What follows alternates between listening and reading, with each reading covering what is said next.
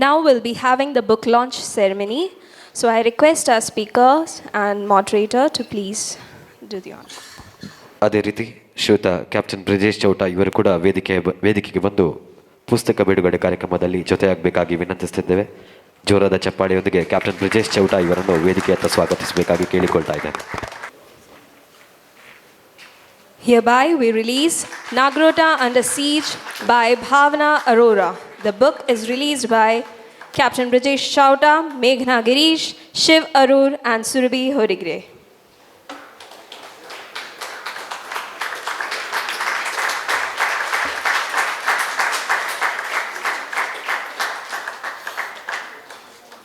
Hereby we start the session. Over to you, ma'am. I think the anchor on the panel got the mic set up pretty quickly while the others struggled. I'm going to hold on to this. Very welcome and a good morning to everybody here. Quick show of hands because we are going to deep dive into a discussion. How many here have heard of the Uri attacks? That's about, I would say, 90% on average. Could I ask the same question about the Nagrota attacks? It was the 29th of November in 2016 where in an army base in Jammu and Kashmir that the Nagrota army base that was attacked and we lost our officers and soldiers in this attack. But the thing that sort of I want to focus on in this session was in this attack, the terrorists entered buildings that housed officers and their family members, trapping them inside. It was a kind of battle where one was fighting for their country, but also fighting for their family right there and then. The reason I bring this up is because I've been having multiple conversations with Bhaavna, Meghna ma'am, Shiv. And the one thing that stood out in our conversations is that at the Lit Fest here, thanks to Captain's very integral participation, there is always a conversation on our army heroes, our military strategies, our operations. It takes us also a minute to pause and talk about the ones they leave behind. It takes us a minute to talk about the soldiers who have lost a limb, have PTSD after. Today I want to focus in a little bit on that. And who better than Meghna ma'am, who has embodied this through her life, not just facing it herself, but also helping others along the way, and we'll get to that. But also two others.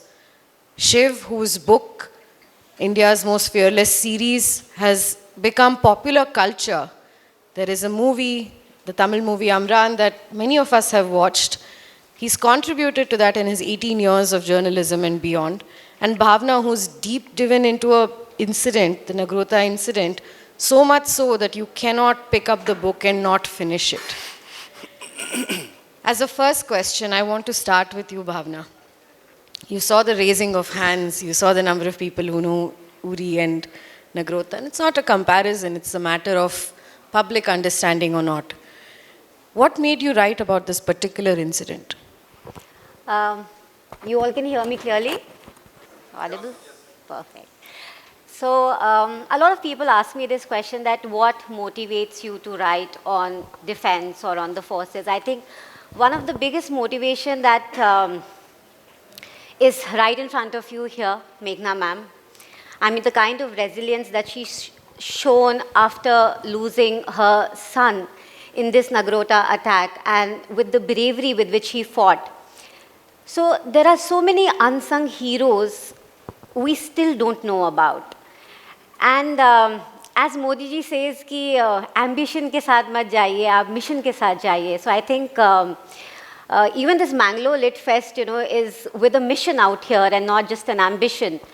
So the mission, I think that we on a whole, like whether it's Meghna auntie or it's Shiv or it's me, when we are so connected to the forces, what we are doing is bringing out these untold stories to audiences like you so that at least they're written down in the annals of history and people know how bravely our soldiers fought, what happened, what were the strategies behind them. So I think that's one of the aims that I have, about writing these books.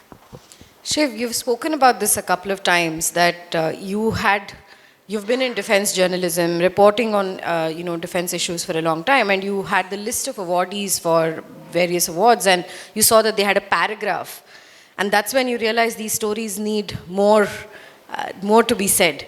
You've written 3 books as of now, and popular culture changes so quickly. Suddenly we have movies on, Uri's, probably we know about it because there's a movie about it. Do you see that shift happening?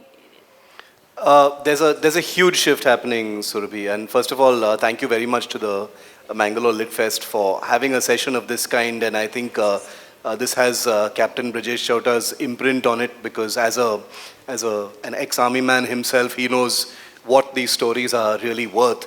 I think the first maybe 60 to 70 years of this country have been very unfair to the military. We live in a country that has fought more wars than the United States. Okay, and we don't have a military culture. It's amazing. I don't know how many of you have been to the United States. I'm sure at least some of you have.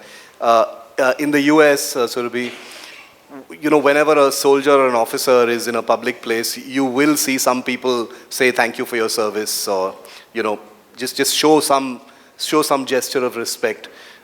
We've never had that kind of culture here in India, despite having literally fought more wars than the United States. And I think that's a sort of cultural injustice that has taken place for over half a century in this country. We simply do not have it in us to be grateful for the military. As I've said before, the public reaction to the military in India is either overly romanticizing them and placing them on a kind of divine spiritual pedestal, and a lot of chest thumping and Bharat Mata Ki Jai, which is and the other extreme is to ignore them completely and not acknowledge them at all. There has never been simply an acknowledgement that the military is part of society and a very much an important part of India's security, including right now as we fend off the Chinese in Ladakh. So things have changed dramatically. The success of a movie like Amaran, which is based on a chapter in my first book, I think it came as a huge shock to the filmmakers and to me, because there was nobody who thought that a Tamil film based on an army hero would be a box office success, because most people think, army and Tamil Nadu, and they're so far apart, and nobody really relates to the forge in Tamil Nadu and stuff, but the movie has made 500 crores, so it's a huge success. So I think something has definitely changed through books like the ones that Bhaavna has written, that Meghna ma'am, through her foundation, the work she does is to remind people that it's not just it's not, there's no gyan in this. It's not, nobody's wagging a finger at society and saying, you should acknowledge the military because they are doing work for you. It's not like that. It's just that there are truly amazing stories to be told, and people love these stories. This is not a lesson, this is not an exercise or education. People love these stories at face value. So that's what this is about. Yeah, adding to that, Shiv is talking about the Tamil movie. And a lot of people feel that in South India, people are not so aware about the Indian Army as what we see in North India. So I don't know how many of you have heard about Lieutenant Umar Fayaz. Have you? So my previous book was on Lieutenant Umar Fayaz's story. He was army officer who was kidnapped and killed by the terrorists. And there was a candlelight march that happened, for him. And you won't believe it, people as far as Kanyakumari came for that march, because they felt that the sacrifice that this boy has made, and he could have been the poster boy for Jammu and Kashmir, has been killed brutally by the terrorists. And the kind of support that we got, from all across the nation was commendable. I mean, it was a sight to see at India Gate. So yes, and I think it's our job to keep bringing out these stories, so that people are more aware of the sacrifices that these soldiers are making, at the border and what they are doing. So yes. I've been asking myself, what drives Meghna Girish in the work that she does? And I've asked her this question at least 5 times in the last couple of, meetings that we've had in the past 2 days. I decided I'm not going to ask that question. Instead, I want to know more. What do you hope? How do you hope Akshay to be remembered as? How do you hope for Akshay to be remembered? That's a difficult question, but I think Akshay was full of life. He lived his life king size. He did exactly what he wanted to. He wanted to earn the uniform, and he did. And it wasn't something that the family wanted him to do. He was very clear. And for the less than 9 years that he served in the military, he was very proud of himself, his regiment, his work. He served in all the conflict zones in a short period of time, whether it was Nagaland and Manipur, whether it was Kupwara and along the line of control in Tangdhar, whether it was at the Chinese border at high altitude of Sikkim, 19,000 feet. I think that's exactly how he would want to be remembered, that he served with pride. And he was a personality who, if he walked into a room, everyone looked at him. I think that he was a hero even otherwise, And I think that so many young people are inspired by his story. I think that itself is how he would want to be remembered. A lot of young people are inspired by his story. Yeah. And I think he'll be very proud to be part of Bhaavna's book. He would be happy to be part of a book like this, which talks about the entire operation. It's not centered on one person. It's not like a biography. It's like the entire operation. What was the plot? What was happening? Who was trapped? Who were fighting? And how was the whole thing solved? How did they catch the handlers who are now in jail? So I'm happy that Bhaavna has written this book, and I'm very happy to be part of a lot of work connected to soldier families. I think I'm having problems with my mic. Somebody Can could I have help. a hand? Yes.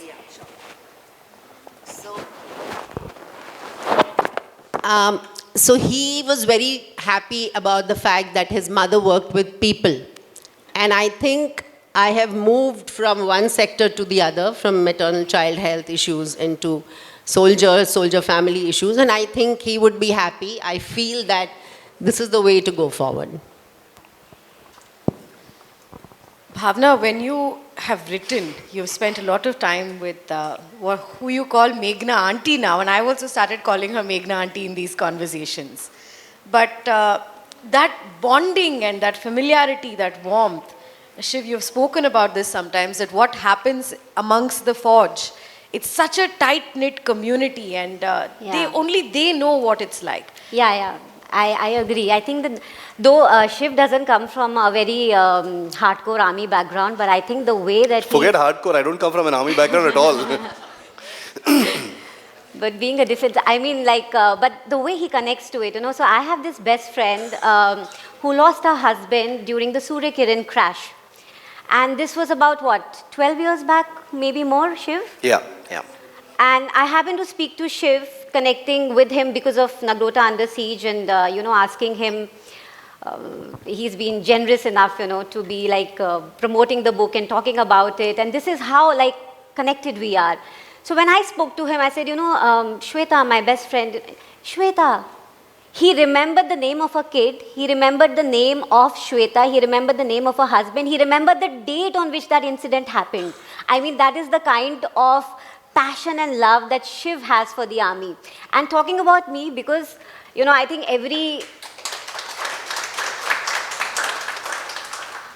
every single male member of my family has either served in the army or is serving in the army. So I think more than, the red blood flowing in my veins, it is, the army flowing in my veins, and it is just the payback time. A lot of people do ask me, what do you get out of writing, these books? Kitabon mein paisa nahi hai, and, it takes so much of time. And but I think, one, it is a payback time for me because I have taken a lot from that organization. taken a lot. When you say close-knit community, I feel that every person in the Indian Army is my extended family. I don't feel hesitant, to approach anybody because हरे कोई uncle auntie है मेरे लिए. And when I spoke to Meghna auntie, I connected with her on Twitter because she would post out the, stories of the bravery of her son. Maybe it was a sort of catharsis for her. Maybe it was, a way that she was putting out her pain, and it was so heartfelt that I got in touch with her only on Twitter, asking her, Auntie, I would like to write about Akshay. And she'd read my previous book, Undaunted, and she said, yeah, why not, Bhaavna, we can talk about it. And that's how I approached her. And today she's such a special part of my life. So whether I have a boyfriend or I have a breakup or I have anything, I have to get to her and ask her, Auntie, what do I do now? So this is what I get in return, when I write books on the Indian Army. I get friendships like how Shiv is with me, this is what I get in return. So, and I think it's such a beautiful feeling. Nothing in the world can replace that. Meghna ma'am, I want to just push on this fact. You work with a lot of families of martyrs, of disabled soldiers. Is that a shared sentiment? Is it that everybody who has sent a family member, son, husband to the army, to the navy, do they feel that way? Is it a moment of pride? Or is there a moment of human that, we don't comprehend either? So I'll say this, as I've said this many times in my posts. I write a lot about other soldiers and, on their Balidan Divas. I put out regular posts on Twitter. There is pride, but it comes with a lot of pain. It's never only pride. The sense of loss never goes away. So there is pride, there's also a lot of pain. A lot of them feel very hurt that they're forgotten, they're neglected. And, Shiv would have noticed, there are comments even today on posts saying, oh, but it's the taxpayers' money and all these people are having a ball in the forces, right? I mean, what are you doing? And I'll add to what Shiv has said, it's not just that we've fought more wars in the United States. We are constantly at a state of conflict, a low-scale conflict, because India geographically is surrounded by adversarial nations. Somehow we don't have any real friends in the neighborhood. And the number of the infiltration is happening from multiple borders, and terrorism is a huge issue. So if we are sitting here today, I think we must acknowledge that our soldiers have constantly shown courage, commitment to the nation, and made sacrifices to protect that freedom. Because unlike other countries in Europe or elsewhere, they're not fighting with each other. We are constantly on guard. So for me, a hero is someone who does what he needs to do, irrespective of the consequences. Yeah, to add That's what every soldier at the border is doing. Yeah. So for me, that's very important. And there's a very thin line between being killed in action and being disabled for life. But as I have met so many, done this study, I have started feeling very strongly that I can see the hurt in the war-disabled soldiers. They feel more forgotten. Many of them say, I wish I had just died, my family would have benefited more. Which is very, very sad. I think as a nation this large and wealthy enough, we should be taking care of our war-disabled much, much more. And they should be part of our victory celebrations. Why are they forgotten in our victory celebrations? They're not honored the way, I will say, like even as the family of a soldier who sacrificed his all is honored, they're not there. They're not, part of a lot of celebrations. So this is very, very dear to me. And I'm doing what I can. I do have a book here. After the session, I'd request some of you to please take this book, and the proceeds will go to the War Wounded Foundation, which is by disabled soldiers. Thank you. I think by the end of the session, we'll get a glimpse as to why Meghna Girish is as driven as she is. Shiv, I want to ask you, in all of the work that you've done, you don't, like you said, these are good stories that you want to tell. You speak of our forge as people who have similar issues as we do, as people who have, you know, fights with their wives sometimes on WhatsApp or thinking about their future. But on top of all of that, they're also thinking about the very in moment, how do I, you know, neutralize an enemy? How do I strategically work with them? Tell us about, you know, your experience about seeing these people as they are. See that, you know, one of the problems, that's a really good question, because one of the problems, anyone who's read my books will know what I'm going to say. One of the problems with how we regard the military in this country is that we place them on a, like I said, we place them on a pedestal and don't regard them as human. You know, they're protecting the country and therefore they are some kind of gods, but they're not.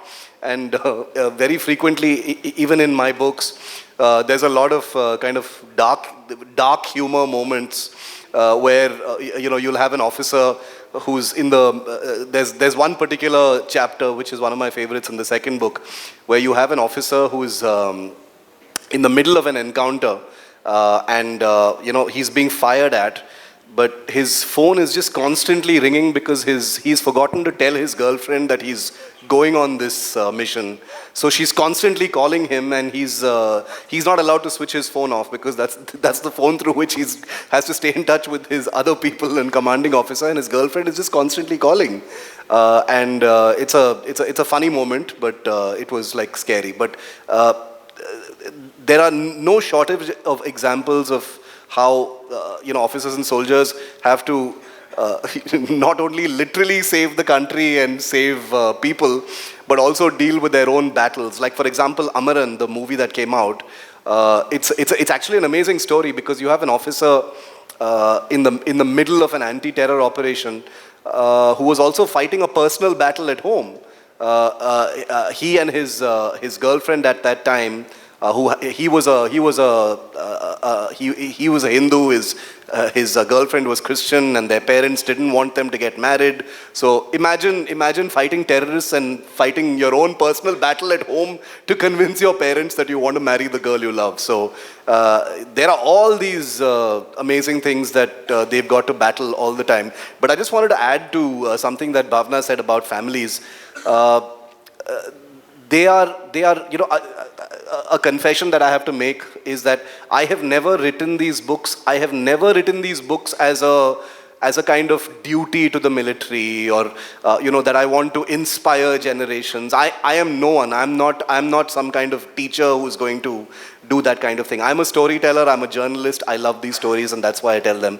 But what I can tell you is that the families of the people we've written about and the larger community, including people like Meghna, Girish, are the most incredibly selfless people who are, you know, who live in the shadows mostly, and who hardly ever ask for attention.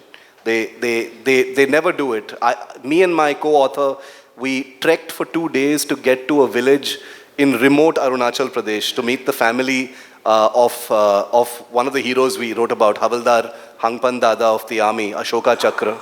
It took us 2 days to get to that village, and his wife and his they couldn't believe that we had taken the trouble to go and meet them. She simply couldn't believe it. And her husband is an Ashoka Chakra, the highest peacetime gallantry award. That's like Paramveer Chakra in peacetime. Of course, there is no peacetime in this country, as Meghna ji said, and I completely agree with that. So these are families who are like, why are you giving us so much attention? And I have never been able to believe that they can be so, you know, Shiv, I'd just humble. like Yes. to butt in because Yeah. you spoke about Havaldar Hangpan Dada. His wife, Chesan Long Dada, was part of a study I had done before this. That was on, you know, families of bravehearts and the gaps in their ability to access entitlements and benefits after losing their. So when we got in touch with Chesan, she still hadn't got a government job. She was still not sure about where the plot of land. She had 3 children, and she said just raising those 3 children and, you know, being there for them is taking away all my time. I don't have time to keep running after to offices or, you know, so there is this other side which I work on.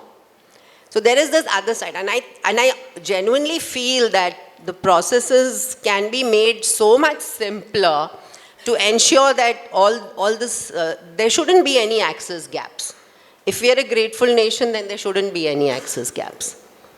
Yeah, I guess the chest thumping versus actually doing process reform, as Sanjeev Sanyal told us yesterday, should be what we should be aiming for.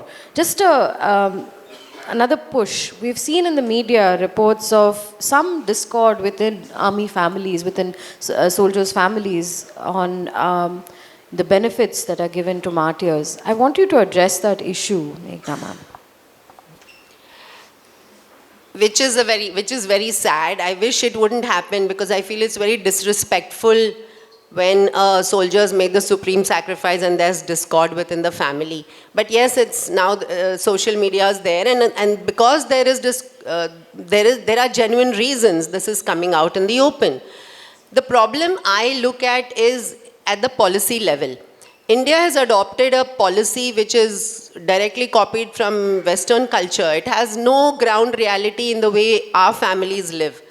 And this is called the NOK policy, the next of kin. The next of kin is regarded as one single person, which is the mother for the unmarried soldier, because every soldier who enters the armed forces has to be unmarried. So when it's consent to join, when it is passing out parade or whatever it is, it's the parents. When they get married, the NOK changes from mother to spouse.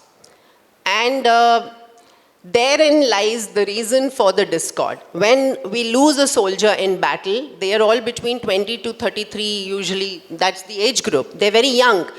At that point of time, the parent will be doing some other work. He may be a farmer, he may have a tea shop, or he may, have a small business. And they're not dependents on paper at that point of time. But the policy says now the NOK is one single point of contact, which is now the wife. So all the benefits go to the wife.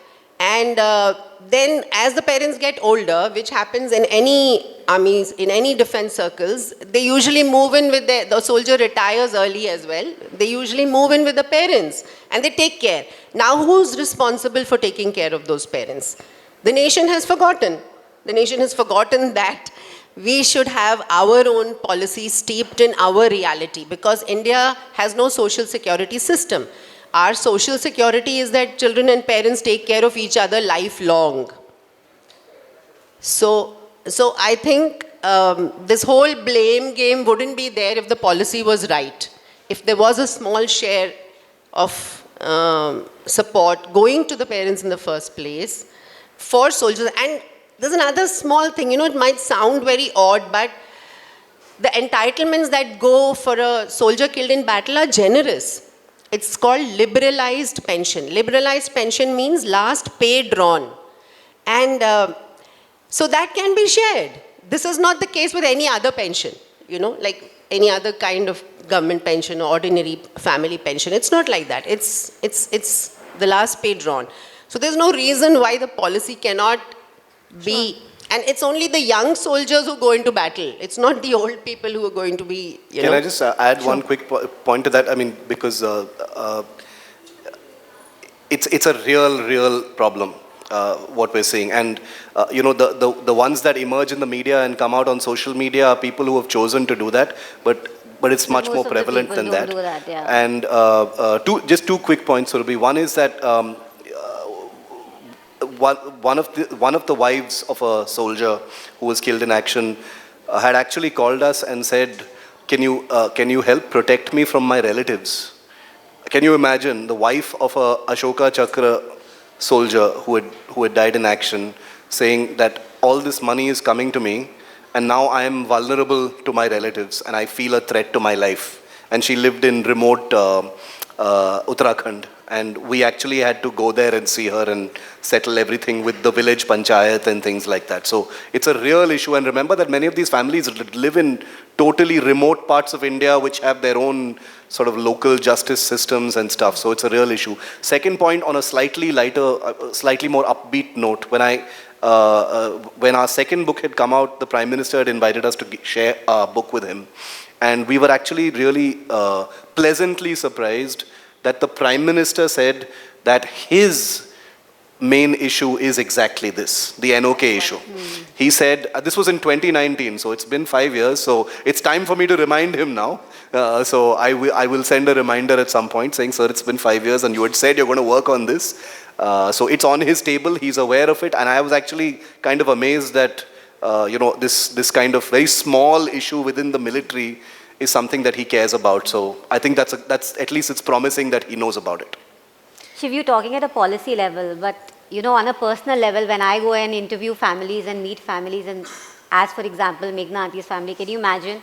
She got her daughter-in-law married from her own house, wearing the same jewelry that she wore in her wedding. So I think there are stories, there are motivating stories, on the other side also, where the personal relationships are so strong and they keep the family together. And today also, whenever I go, I want to be a part of her family because I see everybody is there. Everybody is a part of her family. The way she's kept everything so close, so graceful, I think it's just commendable. I was literally just going to ask you that question, Bhaavna, because as much as I have been talking to you, you've been talking about Meghna ma'am. And this one story I think has been incredible. She writes in depth about this as to, what would the... Please go ahead. Yeah, so I think the book, this book is just not about Major Akshay Girish, as Auntie said, it's also about Major Kunal goes away, it's about Naik Chittaranjan, it's about, Major Sumir, the para commando, and it also talks about, how Pak is sponsoring terrorism in our country. So we go back to the Pak-sponsored terrorism. Imagine this entire operation or entire attack, the entire attack was conducted by Jaish-e-Mohammed. And in 2019, the NIA made 4 arrests. Out of those 4 arrests, can you imagine, one of the person who's still in jail, I went all the way to Jammu, Kod Balwal jail and interviewed these 4 terrorists. I would call them terrorists, the country can keep calling, the judges can keep calling, whatever, but they are terrorists in my eyes. When I went to interview them, one of them had come from POK during the rehabilitation policy. And he attended all the camps. You talk about Lashkar-e-Toiba, you talk about Jaish-e-Mohammed, all the terrorist camps this man had attended. And one of them was acting as a double agent. He was giving information to the police and the army, and he was giving information, to the other side as well. It talks about that. It talks about the para operation, how we neutralized, all the 3 Jaish-e-Mohammed terrorists. The para came in. By the time they came in, unfortunately, we'd already lost 7 soldiers. And then it talks about all the entire investigation that the NIA conducted, It also talks about the resilience of families like Meghna Girish, and I'm so fortunate to be in touch with all of these families. One thing that I would like to add to this is, I read it somewhere because when Shiv said, I'm just a storyteller. So I think one of the most powerful people are the ones who are good storytellers. They have the power to change the minds of people. And, intentionally or unintentionally, Shiv, I think you are doing that job. I am doing that job, changing the minds of people, changing the minds of youth, and getting them sensitized towards the bravery and courage of, our soldiers and how they fight. And I think if I ever get a chance, I would like to write a book on every martyr possible, and in my lifetime, and I want to do that, I want to leave this legacy.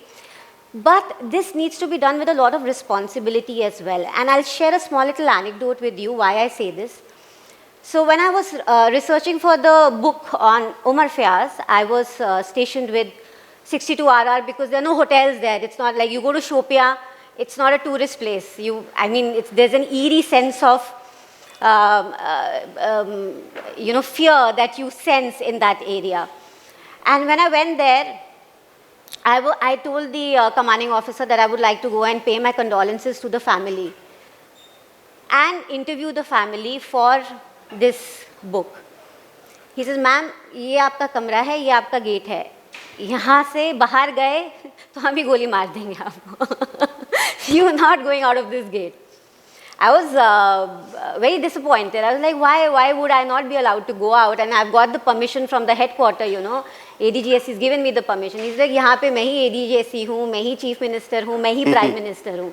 So आप इस gate से बाहर नहीं जा रही हैं. So I still couldn't understand. That's why he's again and again telling me आप इस गेट से बाहर नहीं जा रही हैं. Whereas there's a mission with which I've come to this place and I want to write this story and tell the whole world about it. And then it so happened that he told me that he says, "Ma'am, यहाँ पे एक मटका भी फूटता है, वो मेरे sir पे फूटता है. You're a live lady. You want to go to that house from where he was kidnapped and killed." Anyway, the next day I told him, I said, "Sir, आप छोड़िए, एक औरत को तो देख नहीं सकते, पूरा देश संभालेंगे." I think it sort of hurt his ego and he said, "Okay, fine, I'll let you go." The next day I went, I met the family, I paid my condolences, and I think the only language that we spoke was tears because they spoke Kashmiri. I spoke Hindi and English. But they agreed to give me their son's story. When I got back, I was sick because I had seen the post-mortem reports. I was in touch with the local investigating officer. I had fallen sick. And I was vomiting because, the pictures were very gory, a 23-year-old boy being killed, in such a way. While I was being administered IV, there was a doctor there. And he was the only doctor in Shopian, an army doctor. And he told me, he said, "Ma'am, please don't get us wrong. Not that we don't want to help you or the commanding officer doesn't want to help you, but you have to understand the situation is a little different here." He says, now when Umar Fiaz died, he told everybody that I am a doctor because he cannot say that I'm an army officer. He would have anyways been killed. जो वो बाद में मरा वो शायद पहले मर जाता. So he says, I am the only doctor over here, and I'm sorry, no offense to media, Shiv, you're a very responsible journalist. But he said the media rolled out the news that the doctor from Shopian has been killed. And I am the only doctor here. My father had a mild heart attack. So ma'am, when you come here and you write these stories, please write it with responsibility. And I think this is a job which is a very, very responsible job. And I will keep doing it with a lot of credibility and responsibility. Shiv, you've also, while Bhaavna has had the opportunity to go to these places and to have conversations in these conflict zones, you've also written 3 books, and I'm hearing there's another one coming out. Have there been stories that have shooken you, shook you to the ground and shook you to the core? So every one of these stories completely shakes you. In fact, after writing each chapter, my co-author and I usually take about a week's break to kind of mentally recover. It's very, very traumatic researching these stories. And like I said, our books are always first-hand. We insist on spending time at the unit. If possible, we insist on going to the site of the action, visiting that, and also we spend time with the family. So all 3 are extremely emotionally draining. So all of these stories are they take a lot out of you. And what we finally put into the book is a kind of slightly more sanitized version. Believe me, I mean, if you anyone who's read my books, if you read my notes, you'll be amazed at how much more material there is that we can't use because it is of a sensitive nature. It is, there are post-mortem reports, there are operational things. And one of the most amazing things about the military is, when they open their doors, they completely open their doors to you. It's getting that door open and getting the permission to write those stories that is the tricky part. Yeah, but once you're inside, I think that's where the credibility and responsibility comes. So they are very open about it, as a result of which many people in the army have actually gotten into trouble because of us, because they've taken us to places where they were not supposed to take us, and then people have found out later, and then we've gotten calls saying, "Ye kaise hua?" and stuff. And we said, no, we won't put that in the book. But it's, each one of these stories is absolutely amazing. The only thing I'd like to add about being present is there is a lot, the interest, and this goes back to your first question, Surabhi, the interest in the military through books like Bhaavna's, through the work that Meghna ji does and my books, is that a lot of people have started writing about the military. So there is suddenly a glut of writing about the military, and I don't wish to be impolite about it, but it's of a very low quality, and it doesn't do justice to the military. And I think that's a real problem. There's a lot of misrepresentation of the military that happens, and I think that's not fair to the military, because people have said that, oh, these books are doing well, etc., and therefore that is an issue that needs to be highlighted. The perpetual, when something starts working, let's not over commercialize it Yeah. and compromise the quality. You have anything to add? Yeah, I just wanted to say this is a myth that people in the South, earlier there was a comment about people in the South may not be so interested. I come from a family where 17 members have served in the armed forces, Army, Navy and Air Force, over a period of many, many years.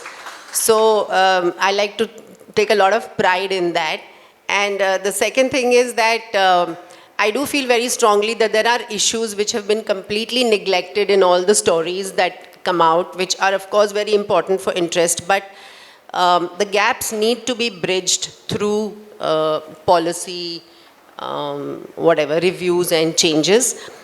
One of them is that young cadets, young students who join academies, Army, Navy and Air Force, and then they get disabled during training because of some injury during training, etc. They've just been more or less abandoned. Their lives and careers are over, depending on the degree of disability. And they were the brightest, bravest, fittest. Nobody gets in without a very stringent medical exam. So, and there are just about 400 odd like that in the entire country who've been boarded out of academies after injuries. But they're not considered, the reason that they joined was to serve the nation and they were committed to it. And they're not considered ex-servicemen, they're not given benefits. So there are these issues which need to be addressed, and I'm really grateful that over here we have, such eminent people, including Captain Brijesh Chautha is sitting here. So I do hope that these changes are looked at, reviews are done, and the glory of our armed forces always remains very high. Thank you. On that note, very aware that Vikram Sampath starts speaking in about 5-6 minutes. So I will take 3 questions. If you could please keep them pointed and end it with a question mark, not with a exclamation. We can answer 3 questions quickly and move to the next session. Okay, sorry. Mic has to be passed.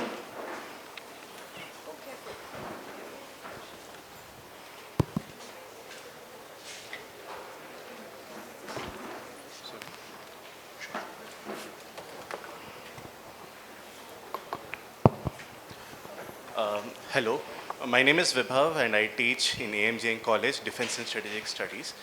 It's in Chennai. My question is that now you have spoken about cases of people who were killed in combat or had one of those episodes where they fought with terrorists and were killed. But there are also incidents of officers and soldiers who were killed in freak accidents, let's say along the border and all. What happens to their families? Are they taken into consideration? Because if this is the case for combatants or people who are killed in combat, what about those casualties of freak accidents and others? Thank you. Are there any more questions or we'll go with this one? Okay, go ahead now. So, if the accident happened in operational areas, like along anywhere which are designated, then they are also considered battle casualties, and the benefits are extended. If they happen elsewhere in peace areas, they're considered physical casualties, and there's a different category of benefits, a little bit lower, but they are extended. They are taken care of. The army at least doesn't forget. But then when it comes to government additional benefits, it depends on the state government. Some do, some do not. Most do not. It's harder for them. It's harder for their families.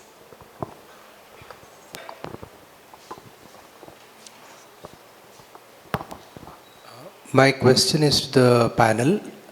Since most of you have worked with the families, martyrs and their families, and you get to know their situation in depth, So at some point in time, does it numb your senses totally that Yeah. you wish you don't need to write another book at all? No, I'll answer that question, with the present example. So when I was writing Meghna auntie's part in the book, I mean, of course, I've written about a lot of other families also, but I'm specific because she's right in front of you. So there were certain questions that I couldn't ask her, that I couldn't call her up and ask her. Yes, the word that you use, numb. And then I would send her WhatsApp voice messages. And I would ask her, I said, Auntie, when you saw Akshay, now also I get goosebumps, talking about it. And I'm crying. And I'm sure Auntie heard that. She heard my sentiment. And then she tells me, Bhaavna, take a break. It's okay. Leave the book right here. So there are times where we have to go and seek therapy. And imagine we are just writing their story. Of course, I've lived those moments with these families and written this story. But just imagine, the families living this life. So it's really, really courageous, on their part to have. Shiv, you would like to add to that? I'll just tell you a very beautiful line that the mother of a soldier said to me in Punjab. And she said it in Punjabi, which I don't understand, but my wife, who's a Sikh, translated it for me. And she said, she basically said, Beta, I'll say it in English. She said, our country will actually be happy when you don't have any more stories to write. Stories to tell, yes.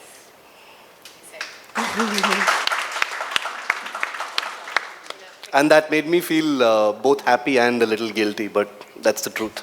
I just want to say one more thing now that the topic has come up.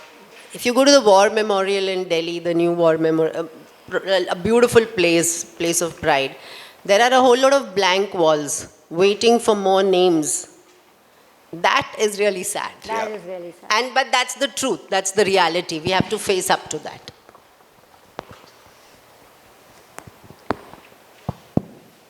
On that note, hoping that the wall ends, we don't have to keep adding names. I'd like to thank our panelists today. When we got the agenda for the talk, it was so vague. The organizers of Bharat Foundation have put too much trust in me, which I don't think I deserve at all, and said, you figure out what you want to talk about. And when the conversation started, it was, it has become, we have met only once over dinner, but we've had so many calls and conversations. This is a story, a conversation, a life that many of us don't willingly think about or talk about. The army, the navy, everybody's air force is there, they're doing their job. We don't put our heads to it unless and until there's these sort of situations, these sort of conversations. So really, really grateful to the Bharat Foundation for consistently every single year having a conversation on this, and for inviting these eminent people who have made it a part of their lives, if not their entire lives, to give back through this service. Thank you so much. And Thank you to our speakers and moderators. Now may I invite M. Chandragant to present the memento to our speakers, Bhaavna ma'am, Meghna ma'am, Shiv sir, and to our moderator, Surabhi ma'am.